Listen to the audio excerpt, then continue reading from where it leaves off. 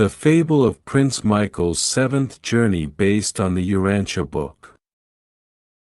In the most beautiful part of the cosmos, called Nebadon, lived a young prince named Michael. He was an extraordinary prince.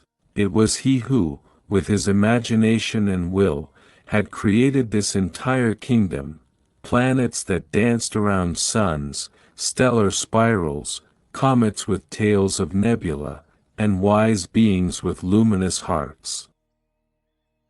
Michael was a good ruler, but he was troubled by something very important. One day he said to his advisor, an old sage named Melchizedek, "I want to be not just a prince who rules. I want to be a prince who understands. How can I wisely guide all these different beings if I don't know what it's like to be each of them?" Melchizedek nodded, and his long, silver beard shimmered like cosmic dust. "That, Prince, is the most important lesson a ruler can learn.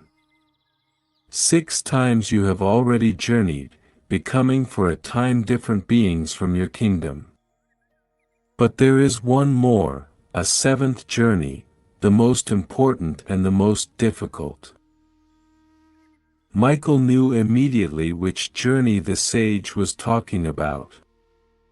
It was about Earth, the blue planet where humans lived. They were the smallest and weakest of all his creatures, but also the most complicated. "I want to go there," Michael said firmly. "But not as a mighty prince.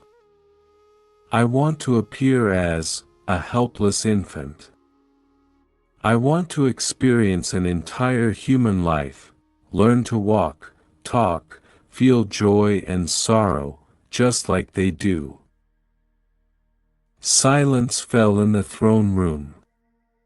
Even the stars outside the palace windows seemed to blink more slowly.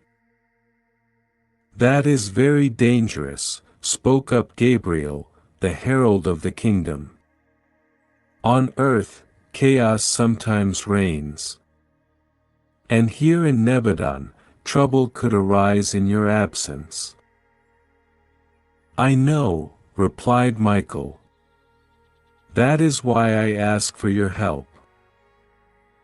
Michael summoned his elder brother, Emmanuel, the greatest sage in all the cosmos.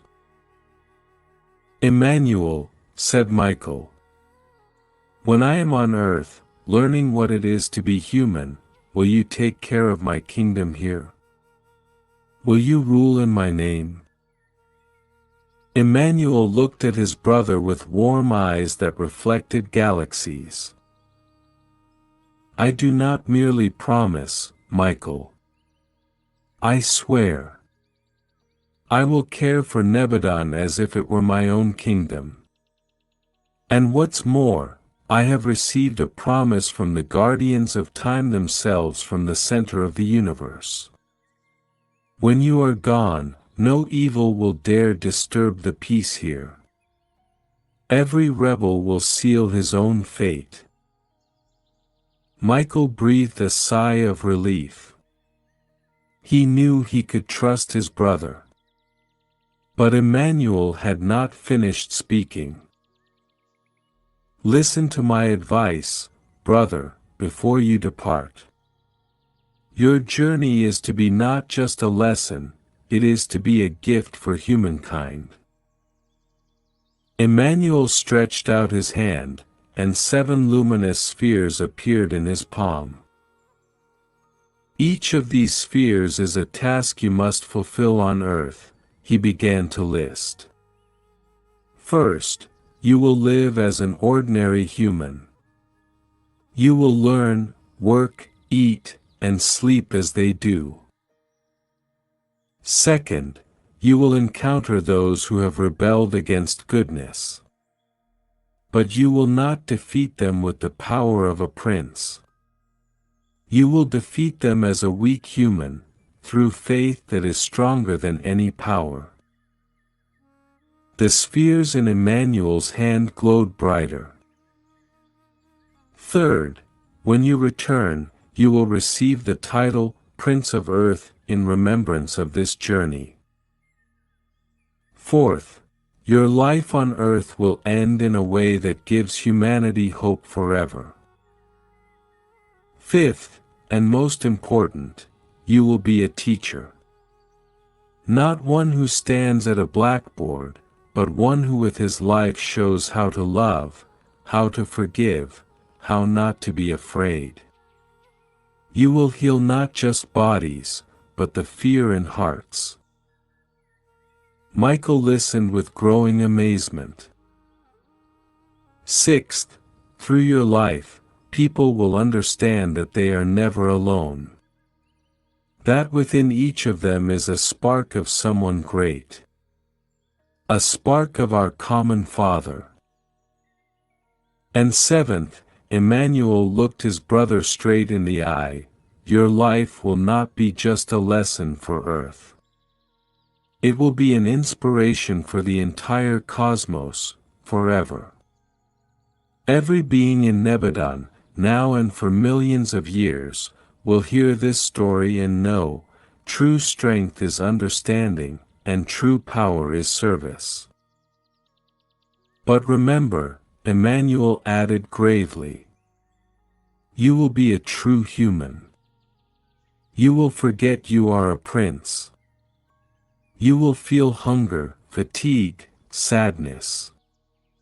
And though deep in your soul you will always be who you are, prince and human in one, your human part will discover this slowly. What if I forget completely? Asked Michael uncertainly. Then, Emmanuel smiled mysteriously, then you will trust. Just as your beings trust you now. And that will be the most important lesson of all. The day of departure arrived. Before the palace, all the beings of Nebadon had gathered. The stars twinkled brighter than usual, and the planets lined up to bid farewell to their prince. Gabriel stood before Michael. Do not fear, Prince. I will watch over you from afar. And Emmanuel will rule here wisely and justly. Michael looked around his kingdom one last time. Then he nodded to Emmanuel, who had taken his place on the throne. Remember, said Emmanuel. Live as if your life were meant to inspire the entire universe. For that is what it will do. And then Michael turned away. He did not enter his gleaming rocket. He did not use any magic power. He simply disappeared. As if he had dissolved into the light. That same evening, in a small house in a place called Bethlehem, a child was born. It cried like all children.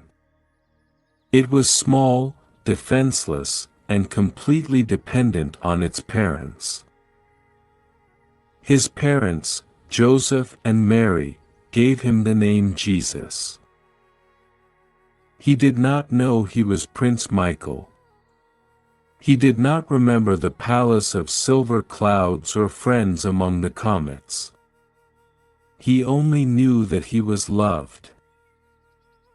And far away, in the kingdom of Nebadon, Emmanuel ruled wisely and justly. Sometimes he would glance towards the blue planet and smile. Learn, brother, he whispered. Learn what it is to be human. And when you return, you will be the greatest ruler the universe has ever seen. Not because you are the most powerful, but because you are the most understanding. And so began the most important journey in the history of the cosmos, the journey of a prince who became a child to learn the greatest wisdom of all, understanding.